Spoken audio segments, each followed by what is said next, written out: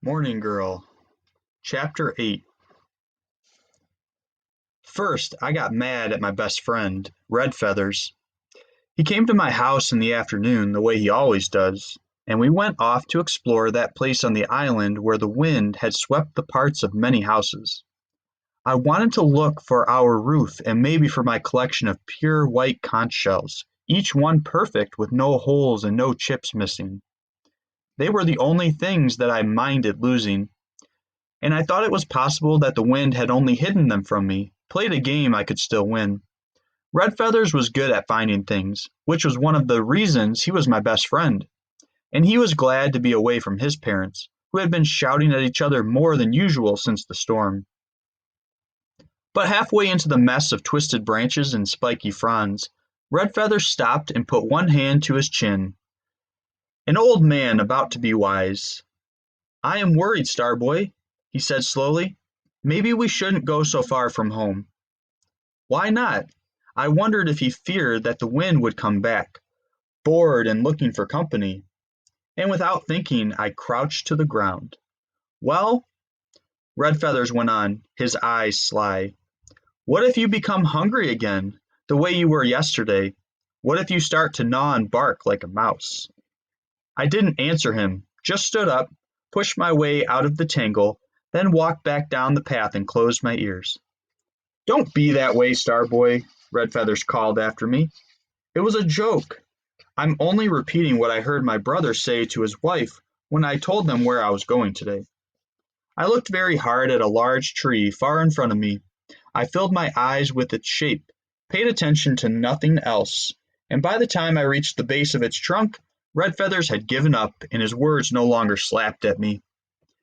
The next one who made me mad was my father. We sat on the ground together, watching the fire and waiting for a fish wrapped in leaves to steam. I had not eaten since the feast, and not much then, after the first few bites, so the smell of the food was wonderful, rich and thick and curling to the sky. I closed my eyes and my tongue imagined the taste it would soon welcome. It was so real to me that I must have opened my mouth just a little. "It's good to like food," my father said in the voice he used when he was being a father, and woke me back to where I was. "But your enjoyment won't disappear if you hide the loudness of its call." I blinked, and I saw he was smiling. Smiling! "I'm going to the beach," I told him. "Maybe I'll swim to the little island where only birds live." My father started to speak. For a moment he looked as though he would apologize, ask me to stay and eat the evening meal, but then he stopped himself, sighed, and nodded. "You're not a child," he said. "You may do as you wish." And so I had no choice. I left. Then still later, beneath a blank sky where clouds had washed away my familiar stars, I got the maddest of all. "Don't sulk," Morning Girl's voice spoke out of the darkness. "Are you pretending to be a rock again?" "I'm not," I said, quickly changing my mind. Being a rock was used up. "Everyone's worried that you're hungry. I told them you wouldn't starve if you missed one night, but Father sent me to bring you back. So come on, I'm tired. I want to go to sleep so that I can wake up early." "I'm waiting for the stars," I told her. "You're being a baby.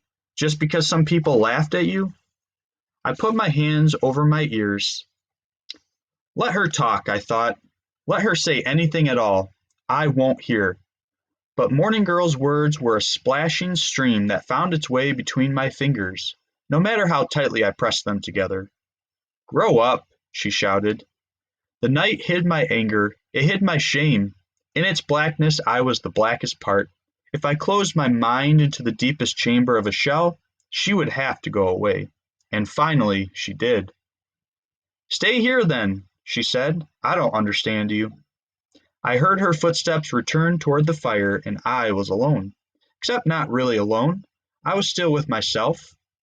Now it was my own thoughts that argued inside my head, my own voice that imitated the laughter, that drew me a picture of myself, my hands full of food, standing in the midst of all the people on the island. No one would ever forget my mistake or think of me except as a little child, even if I became an old, old man. I wished again for the island with only birds. I wished the wind had carried me there, carried me anywhere, anywhere but where I was. After a while, I remembered the last time I had been outside alone at night when the storm had chased me. The breeze off the sea was chilly on my skin, and in all directions I thought I heard the scurry of small feet, the click of claws, the whisper of animals making plans with each other. There are stories that small children believe, stories about strange happenings, stories that tonight I tried very hard not to tell myself. When it's light, it's usually possible to measure how far the day has come, how long it has yet to last, by the position of the sun in the sky or by the brightness of the air.